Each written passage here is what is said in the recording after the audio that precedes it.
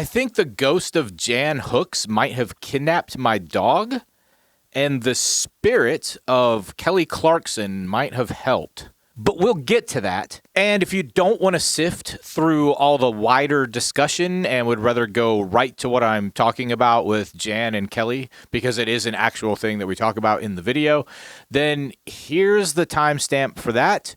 Knock yourself out. But what we're ultimately pondering here is if what we think of as death might actually be a place of life, and if what we think of as life might actually be a place of death.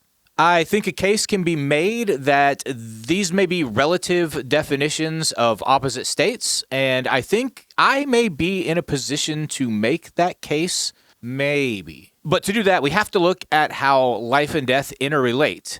Now, first things first, let me explain why I may be in the position to make that case. Anyone who actually follows this channel may or may not know that I was hitting this YouTube stuff really hard, uploading a new video, a new long form video every week. But I took a break for a few weeks because my dog died.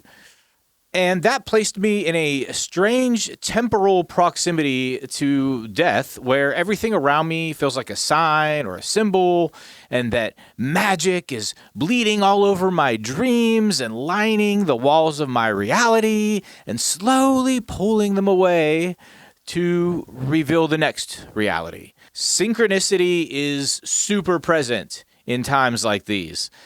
There's no turning away. There's only harnessing the synchronicity, putting things together to try to understand the moment, and then work it into some ritual and reflection. And that's what we're going to get into here. So, in the thick of this experience, in order to hone in on that interrelation of life and death that I was talking about, we're going to explore two inverse questions. First, can death be manipulated from the side of life? And can life be manipulated from the side of death?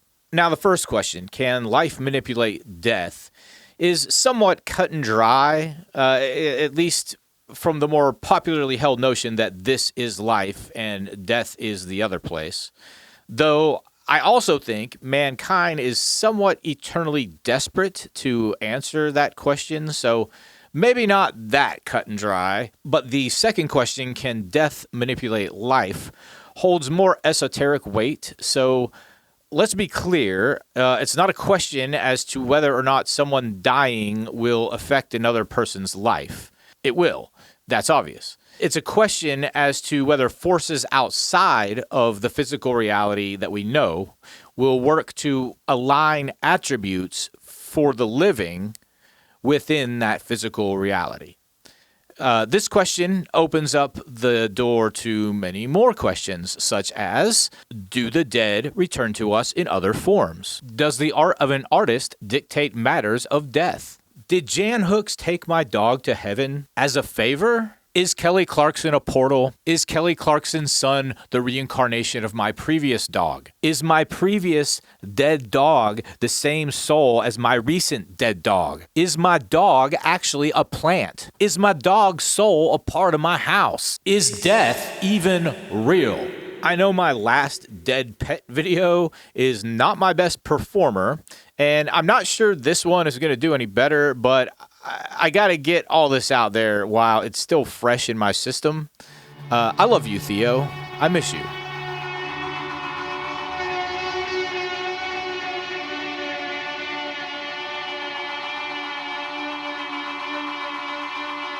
So this is my dead dog, Theo.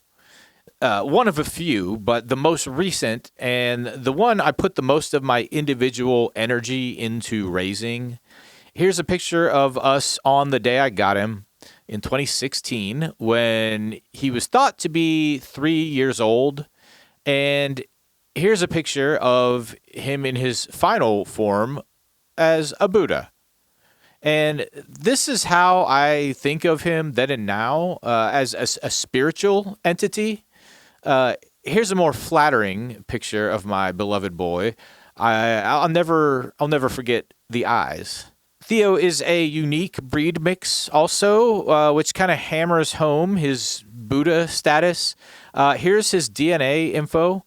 Look at this. He is 26% Chihuahua, then 18% Lhasa Apso, 15% Tibetan Spaniel, 15% Shih Tzu, 13% Pug, and 13% Pekingese. So that makes him of East Asian descent by 74%, with an overall majority being 48% Tibetan heritage. That's the Lhasa Apso, Tibetan Spaniel, and Shih Tzu, followed by Chinese and Mexican heritage by equal splits of 26% each. That's the Pug and Pekingese in the Chinese portion and all Chihuahua in the Mexican portion. I think it's kind of special to end up with a Tibetan dog kind of by accident, especially one I snatched up from the Humane Society in Sevierville, Tennessee, of all places, which is one of the best, by the way. But as someone who sees the Bhava Chakra and the Tibetan Book of the Dead as faithful spiritual resources, if not structural truth, his presence in my life seems very sacred, and his temperament was very Buddhist. I admit he was a little attached to treats, but all in all, he was a very quiet, meditative dog, very tuned to the emotions around him. They nicknamed him Soul Man at the shelter when I got him. I think his favorite sitting position was Sphinx style, eyes closed, basically just dreaming out into the universe. Theo died on the back end of 3:35 p.m. on Thursday, April 23rd, and that date is significant. We'll talk about that here in a minute. But Theo died of NPE, which is neurogenic pulmonary edema. This was after suffering a stroke, spending several days at the emergency vet's ICU, and then coming home and making a pretty good recovery, a rally, as they say. His time in the emergency room was extremely expensive, though I probably could have gotten away with only spending half of what I spent had I forgone some of the tests and imaging, which were obviously pointless in the end. In any case, it was totally worth it to have him back and feeling okay in those final days, even if it was just a few days before the day that took him, obviously. But he did lose mobility from the stroke, but then actually recovered fully once he got home, shortly after he got home. The NPE is basically a thing where the lungs fill up from fluid. So this could have been from his enlarged heart, but it seems like it was most likely part of a cascade effect from the stroke. It comes with some honking and coughing, which the vet told us would be normal for a few days. So when it seemed to escalate, I just took him to a regular vet instead of the emergency room, and they confirmed he was on his way out and it was best to put him down. I had always wanted his final moments to be at home instead of the vet, but he wasn't going to make it home, and if he did, then not for long, and I didn't want him to be in pain, suffering, so I consulted with my partner and my mom, and of course, all the vets, and it just was what it was: euthanasia at the veterinary office. That brings us to reflect upon the first of those aforementioned questions. Can death be manipulated from the side of life? Like I said, I didn't want Theo to be put down at a vet's office. I wanted it to be at home. But he was put down at the vet's office instead of home, no matter how much I wanted, hoped, or prayed. It seemed like no force beyond the physical world cared if it was listening at all, which is not necessarily true because he did get to come home and feel better before, and I was very grateful for that. And I will say I did specifically ask for that, and that prayer did come true. It did. If the prayer worked, I don't know, but it at least came true to get him home. So there is not quite proof that nothing cared or was listening. I would actually say that in hindsight, it did feel like there was at least a coincidence that I asked for it and received it, even if it was a limited bargain. I'm just saying that as bleak as it seemed, when we pull back and look at the funnel of events that led us to the end, there really was no other way. And I'm not going to beat myself up about it anymore. But there is, I think, some poetry to be found somewhere in the unforeseen that unfolded. First of all, he was put down by the first vet office he ever went to, despite not having gone there for years. It was just the only one that had a same-day appointment open, so we went. So he returned to a place, and thus the smell of a place, that harkened back to his very beginnings with me. And maybe the first vet that he ever went to, seeing as how he was a shelter dog that was seized from some sort of bad situation when I adopted him. So not that he was big on the vet, but that distant familiarity was probably not the most uncomfortable option. And I always figured he'd live a long time and die at home, but the vet said they didn't think he would even make it home, and the home euthanasia company said they didn't have any open appointments. Of course, that's not what I wanted, but also, what if it had been? The truth is that Theo would get very nervous about strangers in his territory, more nervous than going to the vet. So what if he had died at home at the hands of a home invader? That might have actually made him more uncomfortable in his final moments. At the vet, he knew he was entering someone else's territory, and there's no expectation there of like privacy or property. So maybe it wasn't the worst thing. And the people at the vet were perhaps the best people he could have there. They dimmed the room to a soft orange color, no like overhead lights. The vet tech had done this for 19 years, and it was so accommodating, so comforting, like truly. They don't do paw prints for dogs that go home to be buried instead of being sent off for cremation. So this guy used medical stain to get something kind of close, but more importantly, a print of Theo's nose. And most importantly, the respect and care to give a damn enough to try. And the vet who administered the cocktail, whatever you called it, she did a subtle little prayer hand gesture when he passed. In hindsight, it was a comfort. And it felt like people who cared or at least empathized. And most importantly, they didn't make Theo nervous in his final moments. And even though it wasn't at home, I got to be there with him, as did my partner, who has been with him as long as I have, and my mom, who watched him when we went out of town. So it was like everyone he ever really knew well there with him all together.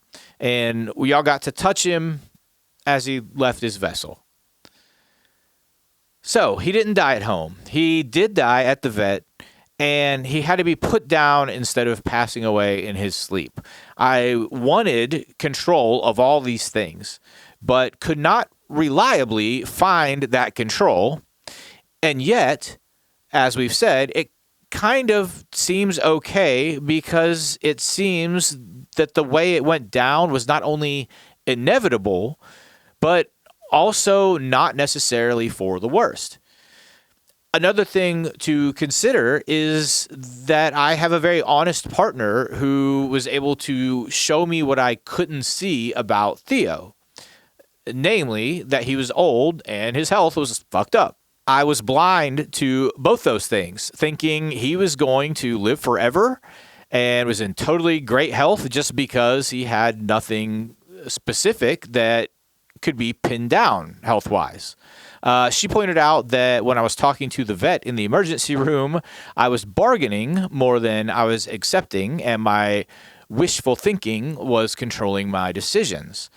The vet did tell me it would be reasonable to put him down right after the stroke, but I kept focused on the recovery, and though he barely even rallied for 3 days before crashing out, I do think the expense was worth it to have him home and doing better before that time. Of course, when that time did arrive, the vet that put him down noted it was the end due to many general attributes working against him. So not just the NPE, but collapsing trachea, just being old, being overweight, having the palate of a pug was one of the things. And even then, I was saying, no way. But again, I am lucky enough to have a partner who could see the situation objectively enough to say, no shit. So again, what I wanted to play out and what I wanted to be true were simply not going to go in my favor. I could have kept bargaining. I could have paid $5,000 more to keep him on life support for a few more days. But the reality is the situation was different from how I was reading it and different from what I had anticipated. Despite my best intentions and most wishful thinking by far, the truth of death was still the truth of death. So then, can death actually be manipulated from the side of life? It seems that we can take different actions to shift the window. We can sometimes buy time, put death off, and delay it in the short term, just as we can hasten death through the act of euthanasia, or less politely, killing.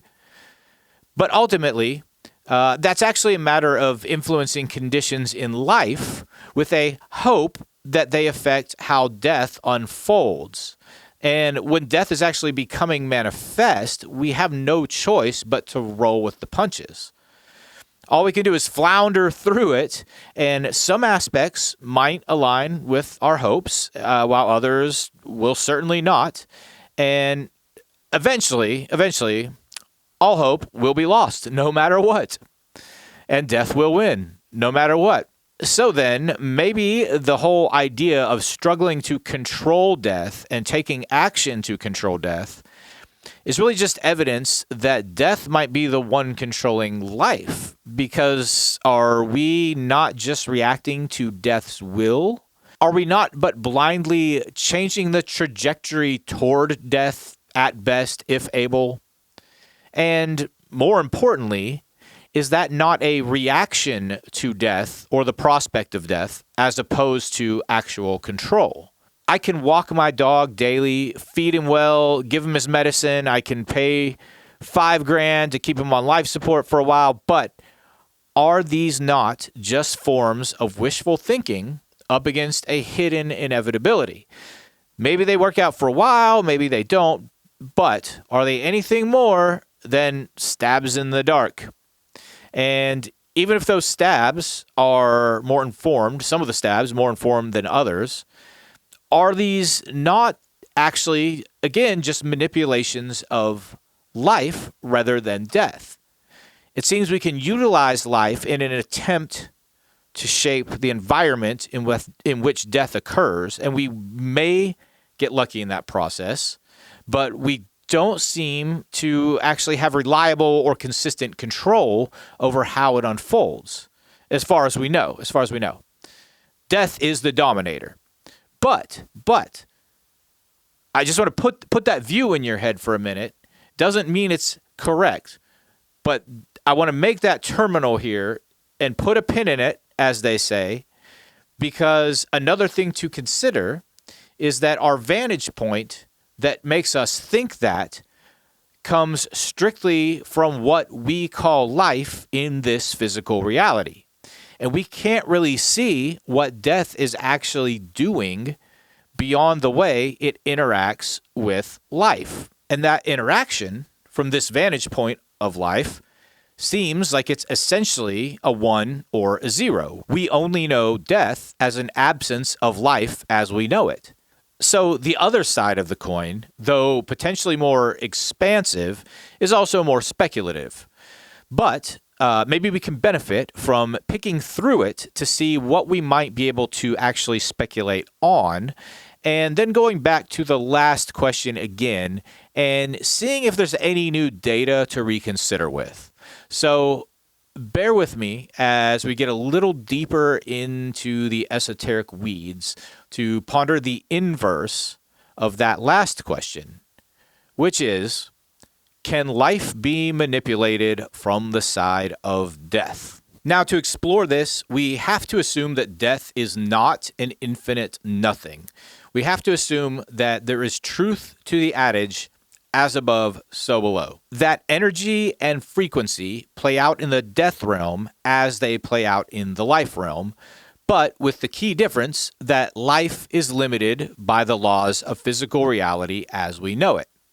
And maybe death, or the spirit world, or the collective soul, or whatever has its own laws too. And maybe those laws there are an inverse of the laws here. I don't want to sidetrack this video, but this idea is more clinically posited in this book, The Animate and the Inanimate by William James Silas. Silas doesn't put it in terms of an afterlife like I'm doing, but rather just an arbitrary place in the universe where entropy runs in reverse.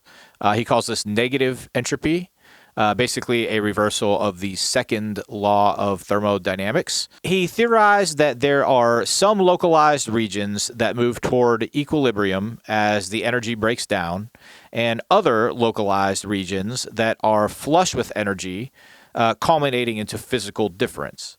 And if these regions could see each other across space and time, then they would each appear motionless and frozen in time to the other, perceptively dead to one another, even though both are in motion. But the thing is, I'm saying that we do kind of see each other across space and time. From here, there is at least an acknowledgement that there exists. We see the animate become inanimate, and we know that energy went somewhere. So is this just a reversal in the movement of energy? Is Theo's energy just moving in the other direction now? There's no way for us to know until we die, of course. And even then, but anecdotally, with specific regard to synchronicity, I do feel like it seems there is some kind of magic that filters in when death occurs. And I think this magic, with its signs and symbols and synchronicity, may even be a conscious trade for the logistical reaches that we tend to make when dealing with death. The magic or energy or life force that once flowed out maybe flows back in again while the gate between the realms is open. It just can't go back to the same place since the process of entropy is already underway within the body. And if thought is form, and the energy then exists in synchronic events built on the forward motion of time as we know it, then maybe there is some intention to death's seemingly messy ways. So let's get into some of that magic and see how it squares with Theo's discorporation. Let's consider the idea of shared souls. Now, first, I think everybody shares a soul, maybe all together and maybe in groups. I believe multiple souls can inhabit a single body, and I think that maybe there's also something to souls sharing moments or eras. It's that type sharing of an era that I think is the nexus point for the souls of my dead dogs, Theo, and the one before him, this little white chihuahua, Remy. Remy died very suddenly by total surprise on August 12th, 2016. He was with me 10 years. Theo was also with me for 10 years when he died. Also, they both died in April. Now, Remy is buried here right next to Theo's grave, which is right here and still unmarked as I make this video. My goal is to be buried myself between them when I die. And strangely enough, here's a picture from the first year I had Theo where he is sitting right in the middle of his own grave. Anyway, not to steal the spotlight from Theo, but I cannot underestimate how painful Remy's death was for me. It happened so quickly under such mysterious and sudden circumstances that it was like losing a child. It shut me down so hard for over a year, maybe longer. Though in that time, I did write the book on which this channel is based, Coping with Death and Destruction. Link in description. And we'll get into how art influences the timeline of these things, but I can't say I've ever been in a darker period or felt a darker feeling than when Remy, the love of my life, was just ripped away from me. Suddenly, no warning. Sick in the morning, dead in the evening. It was profound in the worst way. Now, as I said, they each lived with me for 10 years. But in Theo's case, death came more slowly with his age. Though I had a degree of denial, we knew his health was not what it used to be. So, though I love him dearly, and I definitely wish he was still alive, Theo's death was not the same shock to the system as Remy's was. There was more of an acceptance with Theo's death, whereas with Remy's death, it just felt like such a cosmic injustice that I was ready to go to war with everyone from the vet to God. So I felt like those dogs were bookends for that period of my life, and that decade was spent learning something, maybe just how to let go, which took a significant amount of time if we're starting with the loss of Remy. But notably, as Theo came closer to the end, even before his stroke, the two dogs began to merge in my mind. In the weeks and months before Theo died, I couldn't stop calling him Remy, and I continued to keep involuntarily calling him Remy after he died too. There's also this dog Pillow here, which was purchased for Remy, and when I brought Theo home for the first time, he immediately pissed on it.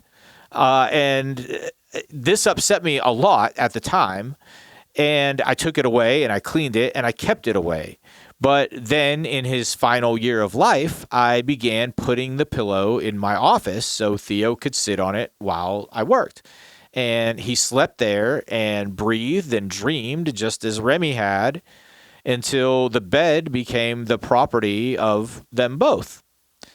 And I could be at my computer typing away with the bed behind me, but to visualize it without looking, the image of the dog eventually ceased to be fixed in my mind. So sometimes I visualized Theo and sometimes I visualized Remy. They were connected through the pillow, through me, and through time, I guess. It also felt like kind of an atonement there, keeping Theo close while I worked, whereas I had to regularly leave Remy at home to go work in a dumb office when he was around. That always bothered me. In this circumstance, it felt like what was broken with Remy was maybe in some ways mended with Theo. So did they actually share that soul all along? Of course, as when any good pet dies, there's a tendency, or rather a yearning, to find their soul present in other animals. If you watch my other video on this, there are some pretty astonishing examples there, I think. But one of those was about a cardinal that I was so certain contained Remy's soul. And long story short, while watching it from afar and basically praying for it to come to me, if it was really Remy in that body, the bird did fly toward me, came maybe within 3 feet of me, and landed on Remy's grave. So that felt very intentional and directed, and I always related cardinals to Remy after that. Now, of course, cardinals are commonly linked to the souls of the dead anyway, probably because they're so distinctly colored. And I wasn't sure how a Theo animal reincarnation would play out. I remember stepping on my back porch the day we buried Theo, and 2 cardinals shot out from underneath it. And of course, I immediately attributed one to Remy and the other to Theo. I couldn't help having this thought or making this connection, and initially figured that cardinals were going to represent all the dead, I guess. But then I saw Theo in a bee, and then other birds, and even in Joe, our other beautiful boy who lives with us. And I soon accepted the notion that the life that had been inside Theo's body was the same one that was in all these other creatures. Theo was everywhere and in everything, manifested all around me. Then, all of a sudden, I had 4 blue jays in my yard and a cardinal. Now, I do get blue jays from time to time, but I had never seen 4 at once in my yard. So, with all the fervor over Theo being the spirit and all these things around me, it seemed like maybe a message that if Remy was a red cardinal, then Theo should be a blue jay or a blue bird. But I took that with a grain of salt because the cardinal that flew by me to Remy's grave seemed like a very concrete experience, whereas the assignment of the blue jay was a little more convenient. But I was already cool with the idea that Theo was in everything around me, and so my expectations for a similar experience with Theo as I got with Remy were very low. But wouldn't you know it, a few days later, I'm sitting on my couch and I hear this bird endlessly calling out on my porch, my front porch. So I go to the window and I see this little guy, brown and white, some kind of house sparrow, just moving his head around and emoting, calling out endlessly. Then, from over the rail of the porch, a very large blue jay popped up and knocked the little bird out of the way. And I want to be clear, we have a feeder on that porch, so we get a lot of birds, but I have never once seen a blue jay until then. So I felt the Theo connection as the bird followed the rail up from the lower deck to the main porch, and I watched it and I felt it, but then it dropped back down out of sight.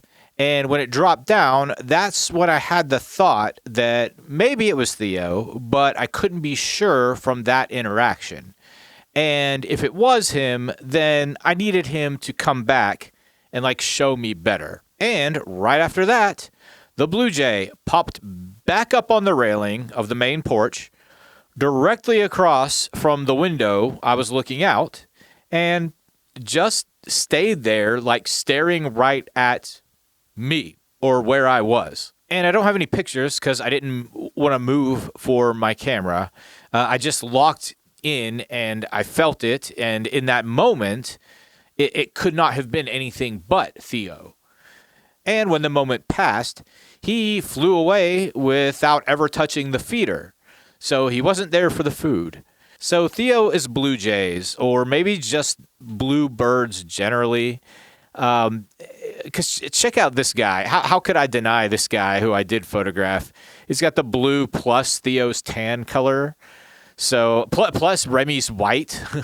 Either way, I had a blue jay interaction that was Theo, like I had a cardinal interaction that was Remy. Theo is blue, Remy is red. That is how they most strongly manifest, it seems. And maybe that is a good omen for us all, since the red dog died in 2016 when the red movement took over America. So now maybe blue dog dying in 2026 means something different. Not trying to get political. Okay, so then there's this issue of plant life as well. When Remy died, I planted a garden and I assigned flowers to each animal in the garden. These assignments, as with the birds and other animals, were based on different contexts, but Remy's plant was daisies because they're both white, a pretty obvious association. And as with the blue jay, it seemed Theo's associated plant came as an obvious revelation as well. That's to say that a sprig of thyme popped up in a container that I was growing lavender in. And I noticed it while Theo was in the emergency room, and death could be felt throughout my house in his absence. We were really kind of feeling weird. And it came up in the house as well. It's under a grow light. Furthermore, this was not a strain of thyme that I had ever grown before. I didn't recognize it. And I already had thyme from last year regrowing that I was able to compare it to. And the new thyme was much different, much darker, broader leaves. and a slightly different smell as well. I didn't connect it with Theo right away, but it was so mysterious. It was one of the first of the season to be upplanted. And as I moved it from the lavender container to an outdoor pot, it all just like snapped into view. Theo is time. That was his plant. That was him in that plant. TH, Theo, and TH, time. And like I said before, Theo also represents time, T-I-M-E, time. He's the bookend to the passing of time. He came into my life 1 month after Remy died and lived with me for 10 years after. Theo was the T-I-M-E time that alleviated my grief from Remy, and now in my garden is he T-H-Y-M-E time that has willed itself to life from no source that I can discern. He is T-H-Y-M-E time plant that, as best I can tell, manifested from either his spirit or his absence, maybe both.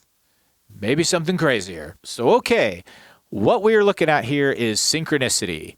Some may say I'm making connections I want to make, but I'm more inclined to believe that the connections are being made for me. After all, these are anomalous events occurring in a time when death is the main idea. I didn't plant the time, and I don't even recognize the strain. The blue jay landed it on its own volition.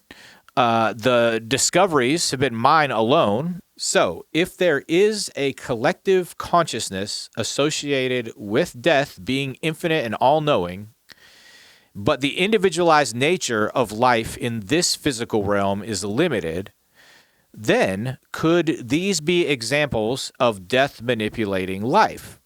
Are these examples of death aligning events in life to present meaning or comfort or emotion? Of course, death in this case points directly to the animal souls. It's Theo's returning in the blue jay and in the time. Remy navigated the cardinal to perch on his own grave.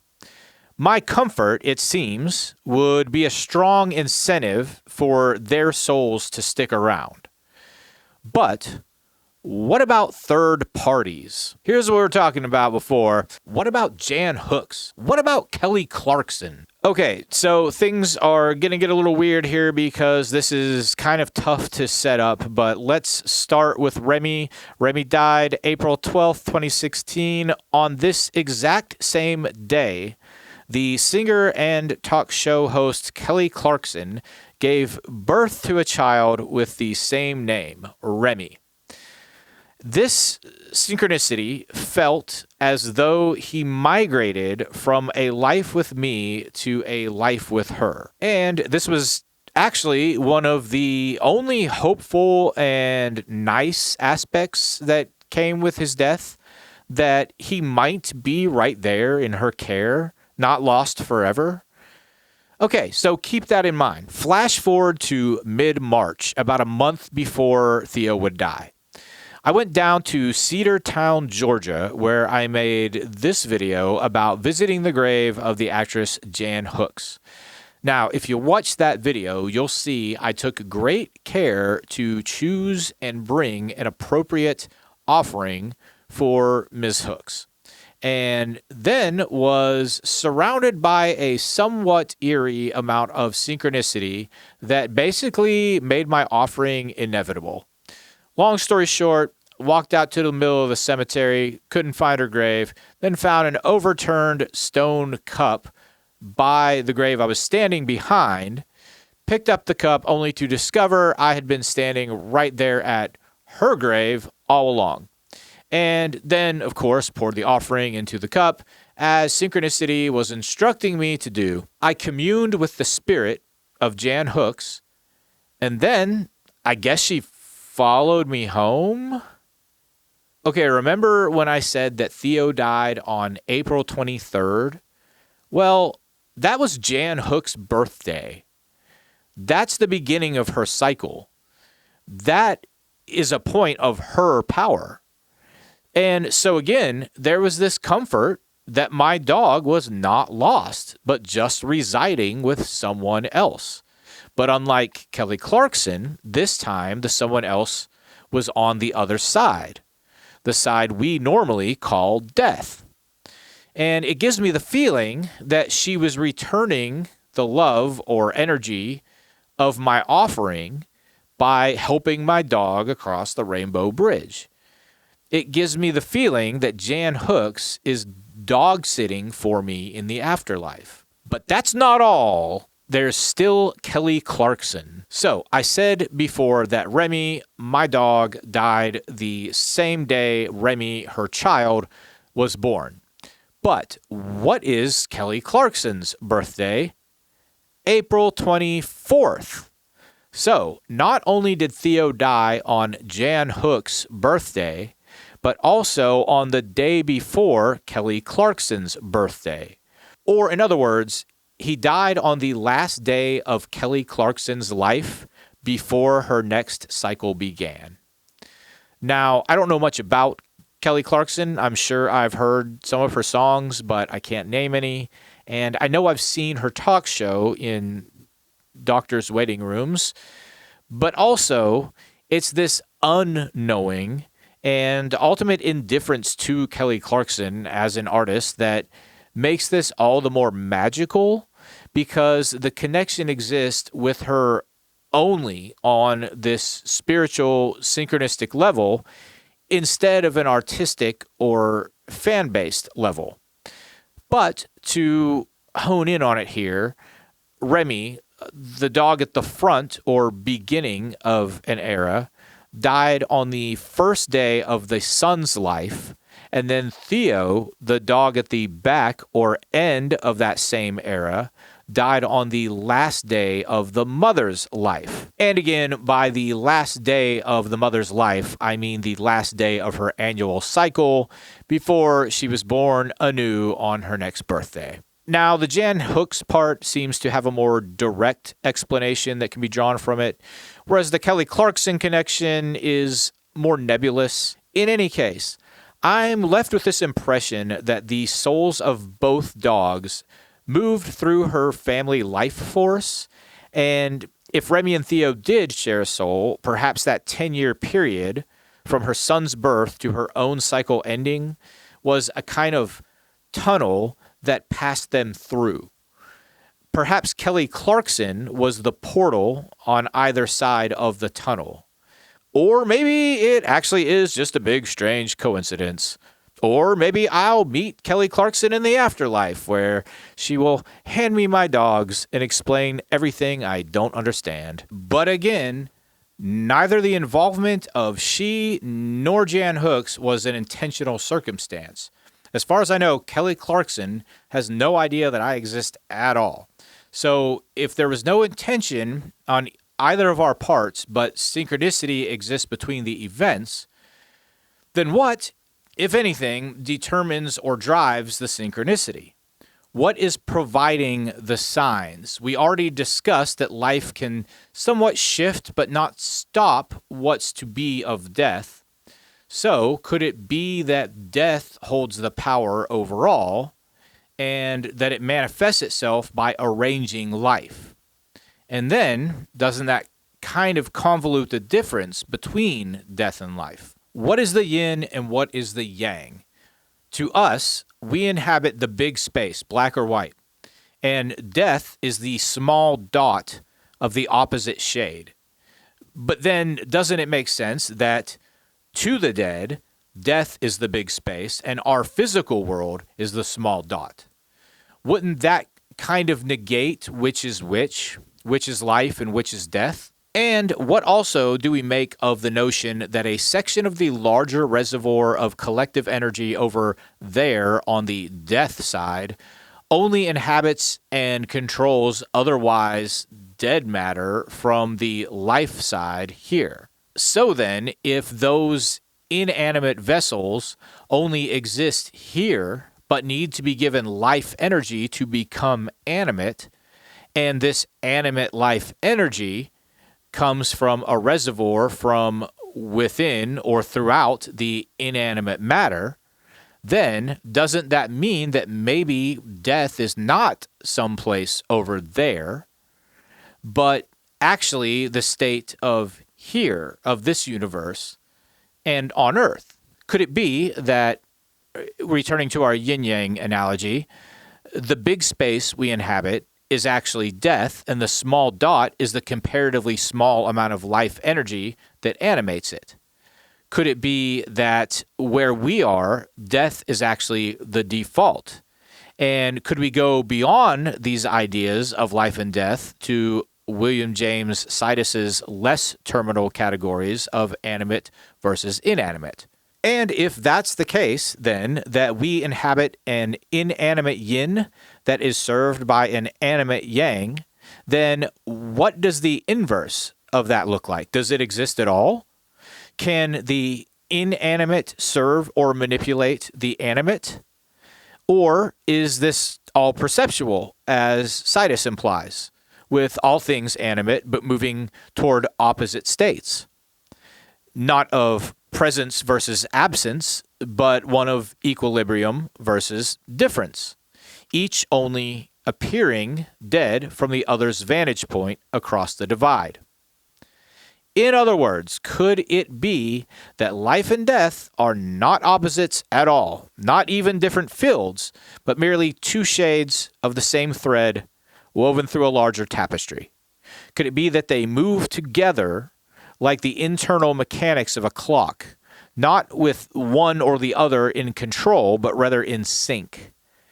Is it all simply meant to be? So there's life and death, and they may be the same, but even so, we're still either in that yin or yang.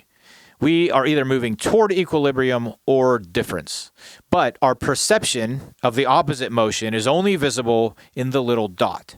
So how do we bridge the gap from this side of the veil? Ritual. And it is with consideration to ritual that maybe we should re-examine our original question. Can death be manipulated by the side of life?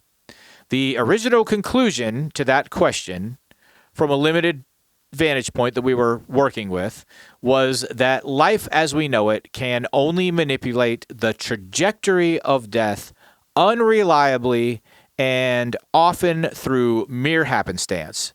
However, when we look at the inverse question of whether death can control life, the analogs within the observations don't actually line up. When considering if life can control death, we're actually wondering if we can prevent life from switching to death.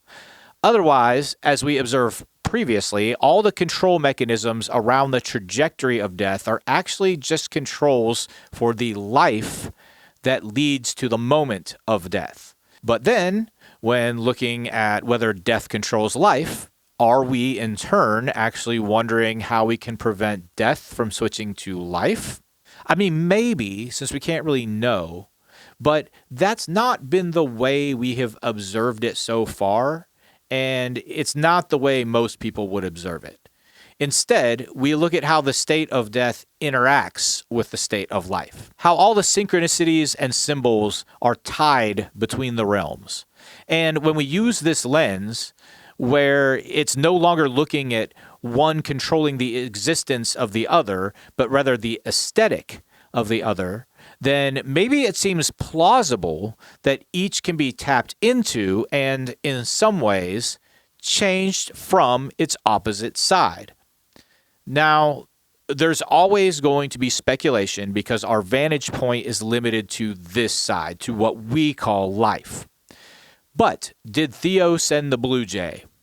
Did he push the thyme from its seed in the lavender cup? Neither is a matter of life as we know it becoming anything more or less than what it is, but rather an aesthetic pressed upon the life in a way that relates to the death. So then, could it be that through ritual, or at least through action in this reality that we call life, we might also be able to impress a certain aesthetic or message onto the realm that we call death. Do we not pray to sway God's interest in our stories? And if actions in life can summon specific imagery in death, as actions in death can summon specific imagery in life, each around a certain event or theme, then isn't that a kind of communication between the realms? Theo died 8 days before the full moon. On each of those days until then, my partner and I would go outside with our other dog, Joe, and leave an offering in the form of a treat on this concrete step that Theo would religiously mark as his own. We didn't want to leave food on a grave. Notably, his regular pee stream there actually stripped the mold off half the slab. Anyway, when we started this little ritual, it was arbitrarily planned, but for the understanding that maybe the full moon was some kind of portal or connection point between the realms, and a good point to designate as an off-ramp for Theo, if his soul so chose to use it. So most days we would each lay a treat down for him, and Joe would eat one and leave one.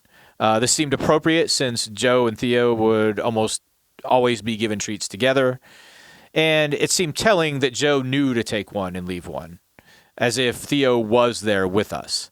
And as we continued the ritual, a little more synchronicity came to our attention. First of all, we realized a couple days in that the brand of one of the kinds of treats we were leaving, including the one we first left, was called Full Moon. And on the full moon, I was scheduled to play a show with the music project I'm in, Sola Temple. It's the music you hear on the bumpers. So I'd been pre-scheduled for an energy release myself on that night. Also, this was May 1st, and it was the last time before the summer of 2026 that the dog star Sirius and its constellation Canis Major would be seen by the naked eye in our sky. Every setting after that is progressively earlier and so obscured from human vision by the light of the sun, which it eventually comes to set in sync with. By the way, FYI, so you know, the term dog days of summer actually refers to the period in July or August when Sirius begins rising in sync with the sun. They were saying it's like extra heat on heat. Of course, Sirius is the brightest star in the night sky and appears right at the throat of the dog in the Canis Major constellation. Sirius, the dog star, has been associated with cycles of death and rebirth by a few different cultures, particularly the ancient Egyptians, and transformation more broadly in others. So to me, in the context of our ritual and its timing, this felt like Sirius was the ship that would be carrying Theo over to the death realm. Right there with many other pets that friends had pass away around this time. It seems like it was happening in clusters.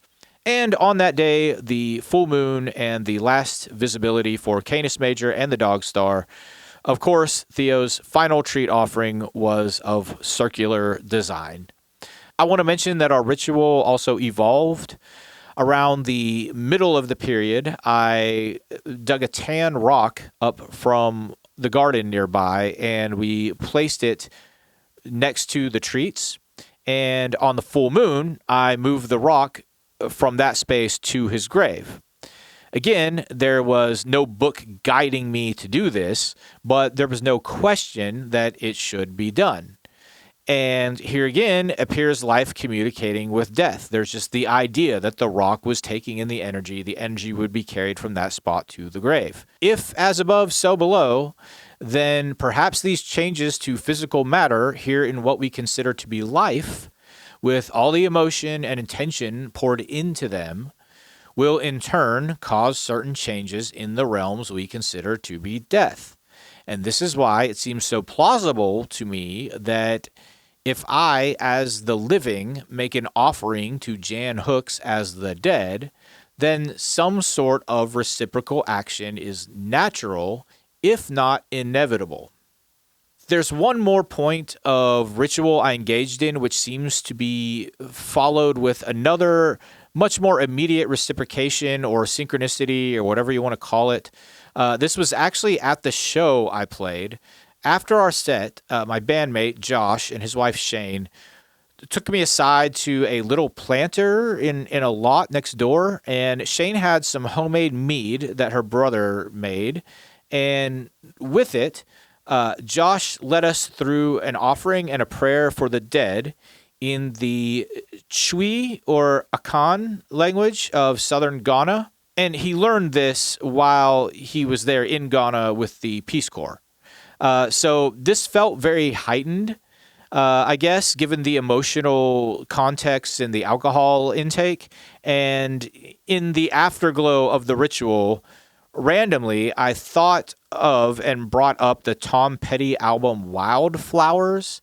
There was no real context for it, but we all agreed it was a great album, talked a little more about it, then moved on with the night. Well, they left before me, and the night winded down.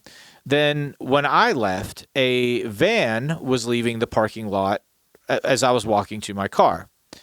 The stereo in that van was blaring a song which went, "You belong among the wildflowers. You belong in a boat out at sea." It was Wildflowers, the exact Tom Petty album that I had just pulled out of the sky in the aftermath of ritual and heavy emotion. Playing back to me from a car I had never been in, driven by a person I never saw. But how could that not make me break into tears? How could that not feel like the hand of God penetrating from the other side and resting on my shoulder? And it was just synchronicity. Maybe it was a coincidence. There's a lot of them. And what happened there? Did death affect life, affect death?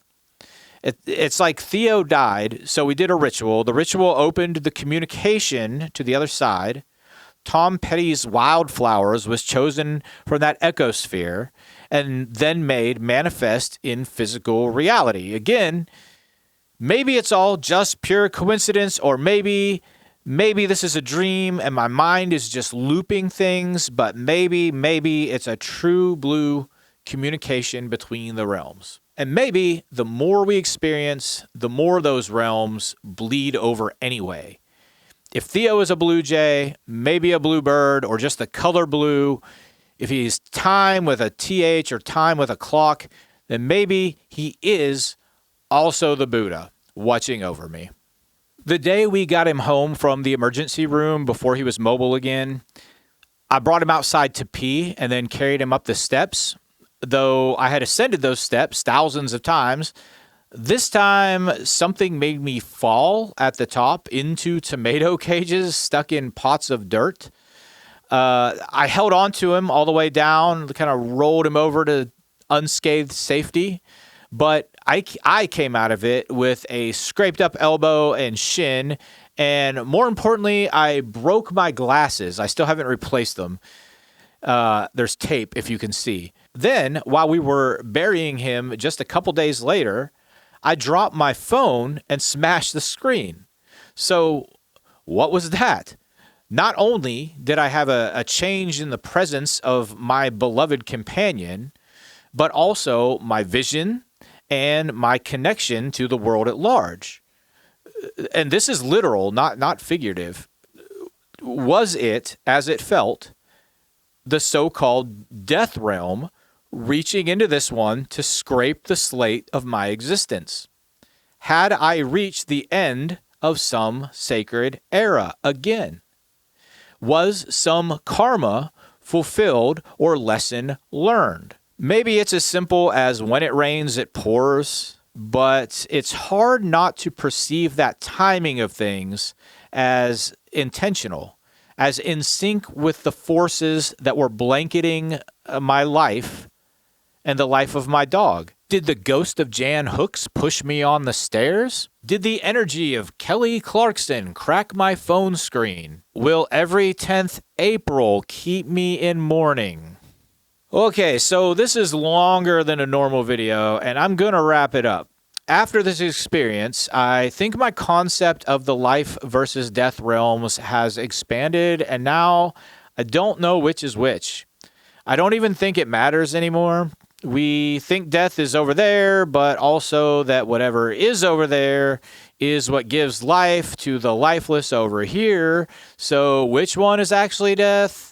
Which one is actually life? And again, does it even matter? Because it seems they work off each other. It seems they feed each other and decorate each other.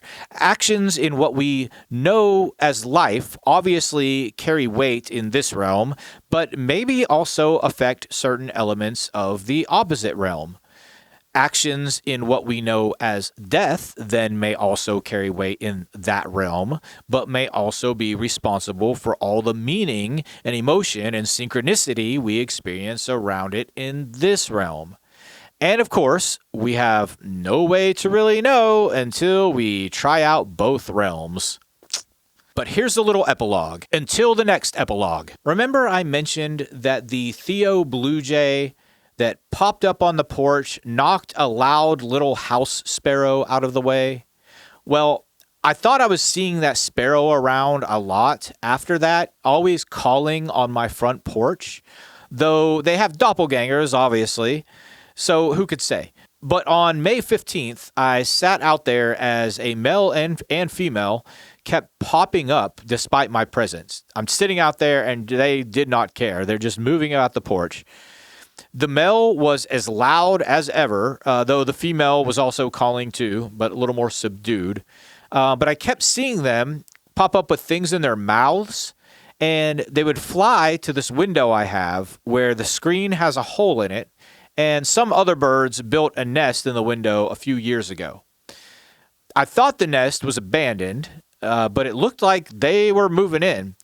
They were both in the screen when I walked over a little closer near the window at the end of the porch, and they both started freaking out and flapping and making all kinds of noise, but not coming out of the window. I took the hint and I stepped away, but then I went inside my house and I slowly cracked the blinds over that window, and not only did I see a couple little tiny baby birds hanging out, but also one in the nest, mouth open, being fed by the mom. So I got these pictures, but they're bad because I didn't want to full on open the blinds and disturb them or scare them. But there were 4 babies and an egg still in the nest. The babies are in their nestling or branchling phase. I watched 2 of them walk up to the hole in the screen, and they stood side by side and looked down over the edge before retreating back. I watched the odd one of them who had bug eyes instead of wispy fur all over it.